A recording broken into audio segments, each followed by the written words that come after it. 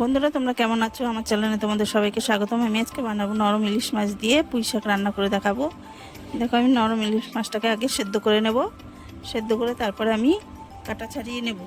একটা ঝুড়ির মধ্যে আমি এবার তুলে নেব। তুলে তারপরে এবার কাটাটা আমি ছাড়িয়ে নেব। দেখো, আমার কাটা ছাড়ানো হয়ে গেছে। এবার আমি তুলে দেব। এবার আমি নেড়েচেড়ে দেখিয়ে দিচ্ছি। দেখো, এবার আমি এর মধ্যে দিয়ে দেবো এক এক করে মশলা। দেখো, এবার দেবো আমি হলুদ দিয়ে নেড়েচেড়ে নেব ভালো করে।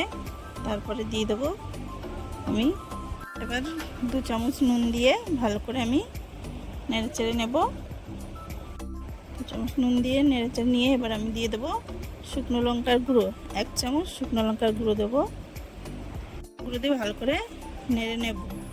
নেড়ে নেওয়ার পরে আমি এবার দিয়ে দেবো আদা আর কাঁচা লঙ্কা পেস্ট 1 চামচ দিয়ে দিয়েছি। দিয়ে এবার ভালো করে নেড়েছে। এবার আমি দিয়ে দেবো এর মধ্যে পুঁই শাক আর আলু দিয়ে ভালো করে এবার নেড়ে এবার ফুটাতে দেবো। ফুটানো হয়ে গেলে এবার আমি দেখো আমার তরকারিটাকে নামিয়ে আমি এবার সোমবার দিয়ে নেব।